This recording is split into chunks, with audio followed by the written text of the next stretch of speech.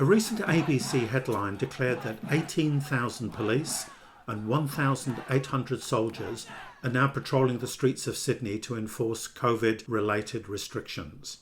And that activity is heavily focused on the western and southwestern suburbs, such as Fairfield. Fully half of Fairfield's population was born overseas into non-English speaking countries, and large numbers of residents come from countries like Vietnam, Iraq and Cambodia. And these are the workers doing the essential jobs that keep Sydney running, usually poorly paid, often in casual roles and with no access to sick leave to get vaccinated, even if vaccinations are available. These working class families have no reason to trust the government and the police. To them, police on the streets doesn't look like a safety measure, but more like repression.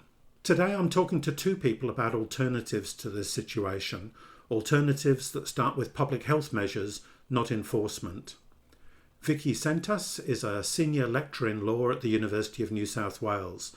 She recently wrote on the subject of COVID and policing on the website The Conversation with her colleagues Professor Leanne Webber and senior lecturer Louise Boon-Quo. And Cooper Forsyth is a casual worker at the Annette Kellerman pool in the Sydney suburb of Enmore, a member of the United Workers' Union and of Solidarity. And he recently helped organise a car convoy calling for adequate income support payments and improved safety at work. You're listening to The Sound of Solidarity, brought to you by Solidarity, a revolutionary socialist group in Australia.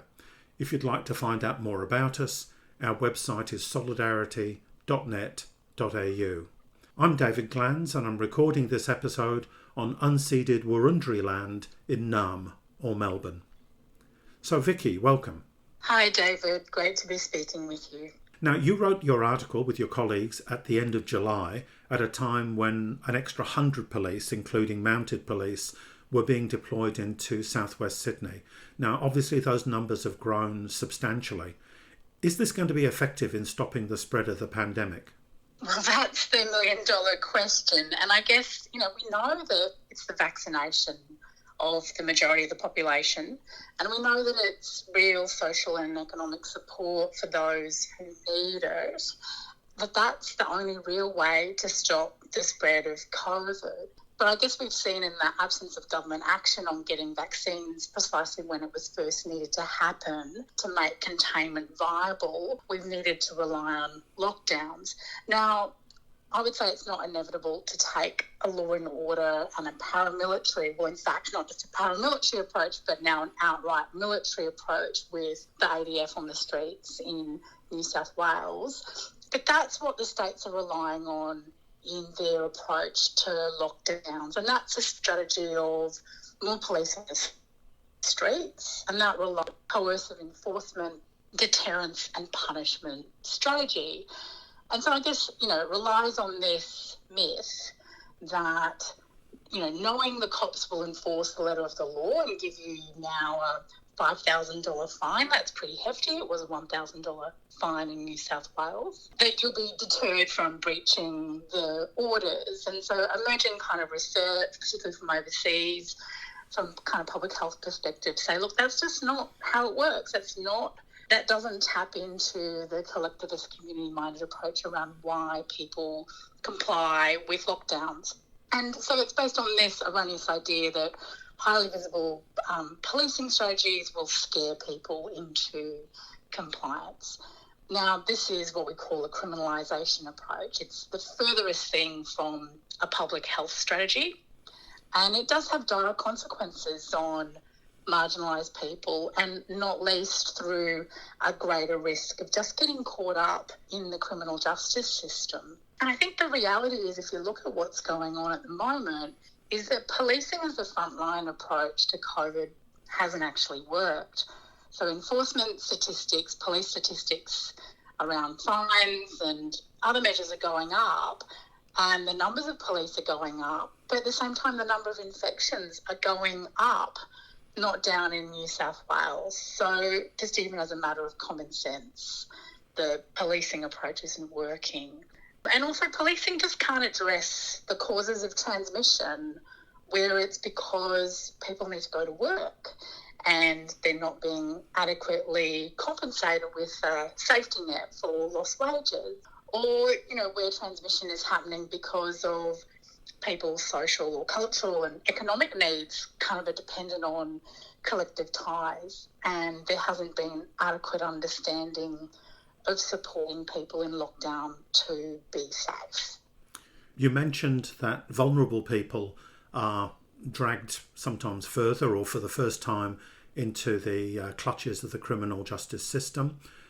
There are many people living in these suburbs who have come here as refugees or have experienced repression overseas. What is the policing actually like in these suburbs, and how are the vulnerable being dragged in? I mean, for instance, we know in Victoria last year, 5% of all COVID-related fines were given to Indigenous people, even though they make up less than 1% of the state's population, and 4% of the fines went to people born in Sudan or South Sudan, and they make up 0.05% of the population. So how's it playing out in Western and Southwestern Sydney? Well, that's exactly right, David. It is people of colour, First Nations people who've always been over-policed, who continue to be over-policed during COVID. So you mentioned fines, and on-the-spot fines have definitely been a key feature and a key driver of COVID policing. And fines are, of course, deeply punitive for those who can't pay, and they are, by design, designed to target working class and precarious people. And when you put race in that mix, it amplifies, I guess, some of the older kind of invisibilised policing strategies that target racialised minority communities.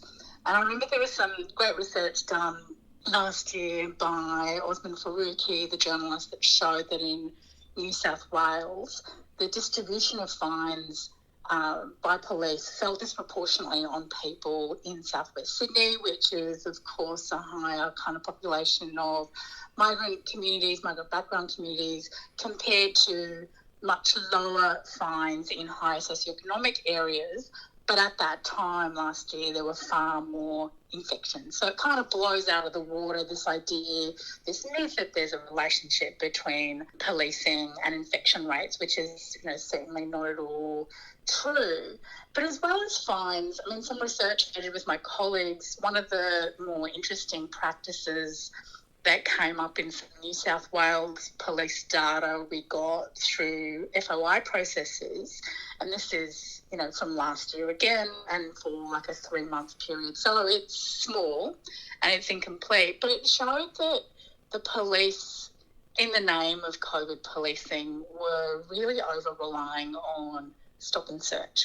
And we sort of found that once a person is stopped for a suspected COVID breach, we saw about 45% of all of those police encounters ended in a search. Now, that just seems crazy to me, but if you think about it in terms of normal over-policing, it kind of makes sense. So with that data, First Nations were, of course, overrepresented compared to the general population. And so they were overrepresented around searches. They made up about 10% of all people searched, but also police have an arrest power. I mean, they've been focusing more on fines rather than arrests, but even still with those arrested in relation to COVID, First Nations made up about 15% of arrests. And if we look at just the numbers of First Nations people, full stop, recorded for having been stopped for COVID reasons, about 75% of all First Nations people who were stopped by police for a suspected COVID breach went on to be searched by police. And it was lower for non-Indigenous people, around 62-63%. So to me, that really speaks to the repressive functions of policing that are a kind of a normal part of policing. So the question that raises for me is, why are people being searched after COVID stops? Is COVID being used as a pretext for targeting people that the police just see as the usual suspects? And how many of these searches kind of resulted for, non-COVID offences? Was it a case where police encountered, say, young people and went, oh, you look a bit dodgy, we're going to search you because we think you've got drugs on you or whatever. So I think, we need to interrogate what's going on there. And if we think about it in terms of policing generally, we know that the vast majority of stop and searches in non-COVID contexts normally result in nothing being found. So the rates are really high. I think, it's only in about 6% of all stop and searches that something illegal that might have legally justified the search is normally found. And that's because police either don't understand or don't actually care about the legal limits on their powers and search people as a show of force and an exercise of their power to intimidate people. And I think the same thing's going on with stop and search in COVID. It's sending signals about who are the targets of policing, and it's an exercise of police authority. So in this way, COVID policing to me is actually just old-fashioned colonial and racialised street policing. And presumably is a health risk in and of itself. If you're surrounded by 2 or 3 police officers at close quarters and told to turn out your pockets or whatever, you are certainly not socially distancing. So, and police are presumably moving across Sydney. So there's actually a health risk as well as an element of racism and harassment involved. Yeah, that's right. And I think that's a really good way of understanding policing as a health risk, certainly in COVID times, but understanding policing as a health risk, more broadly. At an obvious level, searching people kind of very much unnecessarily increases the risk of transmission. And that's a really obvious way that we can see the clash between public health objectives and the criminalisation approach to policing. And I remember with the first wave of COVID police were not wearing masks at all. I think that's changed now. And at the time, there was a coalition of community groups, community legal centres, led by Flemington Kensington Legal Centre in Victoria. And they were collecting reports from people last year of their experiences of policing. And I remember reading some of those reports. There were stories of police unmasked in very close proximity to people who had, health issues, who were asking for safe distance from the police. And, police were interpreting this as a lack of deference to their authority or seeing it as aggressive, and that escalating the situation unnecessarily. So, yeah, at a really kind of basic level, policing itself can be a health risk. And there's another aspect that strikes me, and that's around the question of fines. I know in Victoria the majority of fines from last year are still unpaid, and despite their so-called progressive reputation, self-description, the Victorian government has declared that all fines will be pursued. So that's potentially for individuals thousands of dollars, and we're talking about people who may well be on low wages or on benefits. At some point, are we looking at a pandemic after the pandemic, but the second pandemic being seizure of personal property, of cars or other goods of some of the most vulnerable people? How does that work out in practice? Yeah, look, that's a really good point, and it is hugely worrying around the punitive and punishing effects of fines. And it's only been quite recently in this country, in different states, that we actually have stopped jailing people for fines, and only very recently in Western Australia, where we saw the kind of most pernicious and devastating and tragic effects, the ultimate end of not being able to pay a fine, particularly if you're an Indigenous person, can end up in jail as a kind of consequence of not paying a fine. And because of the advocacy work of groups like Sisters Inside, that's only really very recently been changed. There were some reforms made in kind of Victoria and New South Wales some time ago to kind of put up more barriers to kind of finding yourself in jail after not being able to pay fines. So it's actually incredibly rare, if at all, now not really an occurrence. But you're absolutely right in terms of the flow-on effects of not being able to pay your fines is huge in terms of people who are low income or don't have any incomes in particular. And that's something that we're going to have to keep a really close eye on, and hopefully there'll be a lot of advocacy and pushback and organising around that. And it is deeply concerning that governments are saying they're going to really pursue people around fines. It is part of that deterrence and punishing framework, ultimately a form of revenue for the state that they're pursuing really recklessly. And I think it's going to have to be a watch this space to see, it might be an opportunity for a fines amnesty campaign. Now, you and your colleagues wrote in the conversation that, and I'm quoting now your words, a community-focused public health approach would move away from coercive policing and emphasise co-developed community resources on COVID restrictions and their purpose. How would this approach work? So I think in broad ways there's two ways you can think about this.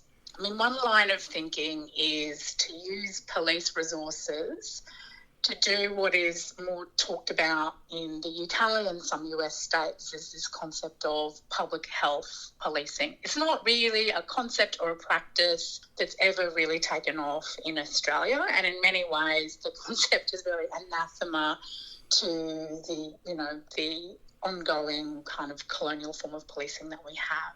So a public health approach to policing is more about dropping the enforcement strategy around targeting and identifying risky individuals and targeting individuals who've technically breached the laws to more of a population-wide health view, focused on the police doing all the things that would support health workers, nurses and doctors to do the prevention work under the direction of health workers. So it's about diverting police resources to support dwindling public sector resources. Now, of course, we're a million miles away from that in any jurisdiction in Australia. And, at a really almost tokenistic level, I guess a tangible example of that is, in the early days of kind of COVID, the police in some jurisdictions, particularly the ACT, sort of said explicitly, we're not going to take an enforcement approach, we're going to take an education approach. And in some police area command in Victoria and New South Wales, like police getting involved in handing out kind of leaflets alongside public health workers, in communities where, translated kind of leaflets and things like that. So some might call that tokenistic. That's kind of one of the kind of more tangible, I guess, examples. The other way to think about it is, and it's, we talked about it before, we've sort of, if you frame police to be a risk to public health, not least through the way that policing, is an abuse of power, systematically. But we might also think of, policing as not just not being the right skill set at all, and that even with a community policing approach or a public health approach, that police are part of the problem and they actually need to vacate the space. And so this is kind of more in line with an abolitionist approach to, what's often referred to as shrinking the footprint of policing, and another kind of route to reinvesting police funds to health agencies. So, this might be seen as kind of, utopian, and one of the first, I guess, small steps that can be taken is just taking more of an educative approach rather than an enforcement approach within policing. But it has to be more around not ceding power to police and the ADF, around setting the priorities, the strategic priorities, and the strategies on the ground around what public health looks like. It's about reinvesting the thinking, the strategic kind of resources and the money resources back into public health. Now, many people are worried that some of the draconian controls that have been brought in the name of stopping the pandemic, and for instance, we're back under curfew in Melbourne, will stay in use even after mass vaccination reduces the health risk. Is that a concern that you share? Look, I think it's really hard to tell what new powers will stay. And you mentioned curfews in Melbourne. I think having continued curfews in a more normal state of affairs is one of the kind of obvious political liabilities that, would mobilise, a huge affront to kind of, ideas of liberal democracy. So I'm not sure. I mean, that seems like a political liability to continue with curfews, and that, seen by most people as a hallmark of a police state. And I think the thing with COVID is that very few of the actual powers are actually new. So the new criminal offences are new, and the police get their power by enforcing the new criminal offences. But all of the powers, apart from curfew, as you mentioned, are powers that they've already got now. And police already have pretty expansive powers given to them already that was not given after decades and decades of law and order kind of auctions and law and order elections. So they've got everything that they need. So for me, it's more about how post-COVID those invisible kind of aspects of police power will get further entrenched. And one element of that, I think, is I suspect that there's going to be more enhanced police intelligence through all of the ongoing data sharing that was enabled and, amplified through COVID. I think enhanced police intelligence is a real prospect. And also all the flow-on ways that fortifies policing. So a real question might be, in the next budget, what budget increases will be made to policing post-COVID? And also there's a really interesting political economy dimension to policing. And so, in the last 15 years in this country, police budgets have shifted more on rewarding and expanding police budgets. When police meet KPIs, key performance indicators, around numbers of stop and search, numbers of move on directions. And that's one of the reasons why we've got really hyper bloated kind of numbers of stop and search and, the differential effects on First Nations and migrant communities is because police are rewarded by meeting those KPIs. And so one, I think, really interesting question is to what extent, with all of the increased enforcement statistics we're seeing during COVID, to what extent is that potentially going to justify more money to police when it needs to go to health and education? That's certainly a concern. I agree with you that we're very unlikely to see curfews in quote-unquote normal times, although you do wonder whether that might be something that police would want to use in First Nations communities, particularly remote communities, as a semi-military measure of control. I think the more immediate concern is that we in the broadest sense, progressive people around any issue are going to have to win back the very limited right to protest that we already have. There was already something of an arm wrestle with the police about when people could protest, how, where, and for how long. And the pandemic has certainly made that much, much more difficult. It's interesting that all sorts of rights are considered, the rights of businesses to remain open, but not the right to protest. I think that's where we're probably most likely to face the challenge. Is that how you would see it as well? Yeah, I think that's exactly right, David. I mean, we've seen huge struggles over the right to protest, which frankly was always precarious before COVID and a side of struggle and antagonism. And that's been only amplified during COVID. And we saw the police taking a really deliberate strategic choice, with the kind of multiple Supreme Court challenges to try and stop the Black Lives Matter protests and other protests across all the states, but it was, fairly high in Sydney. And that was deliberate and strategic. So the police and the state decided to make protest a battleground during COVID. And some of the tactics that police have used, not just on the ground, like they've always used paramilitary tactics in policing, like kettling and whatnot, but we saw that being justified in a COVID context around allegedly kind of the militarised language and strategies of containment that have always characterised protest policing get deployed to legitimately justify those strategies in terms of containing COVID.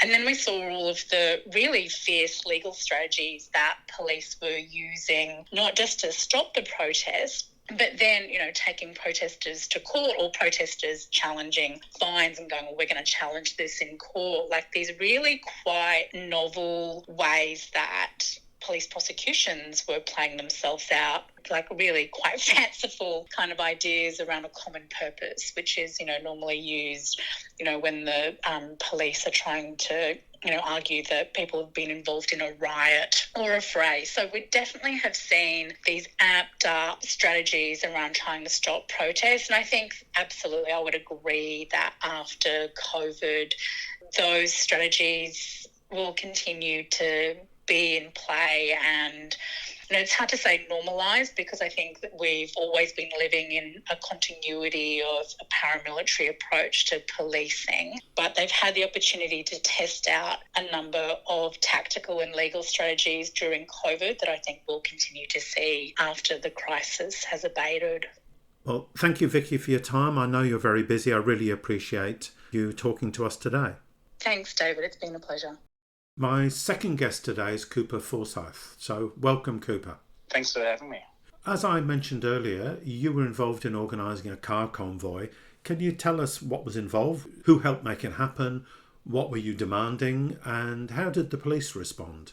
The context was coming out of having been stood down from work, and a lot of workers facing the same thing, this massive attack on people's incomes, many people unable to access the disaster payment, but also, the lack of rights for workers being directly responsible for the spread of the virus through the workplace clusters in southwest Sydney, the lack of protection of workers being a massive issue driving the pandemic, as well as, leading to the threat of eviction, people not being able to pay their rent, going into debt to their family.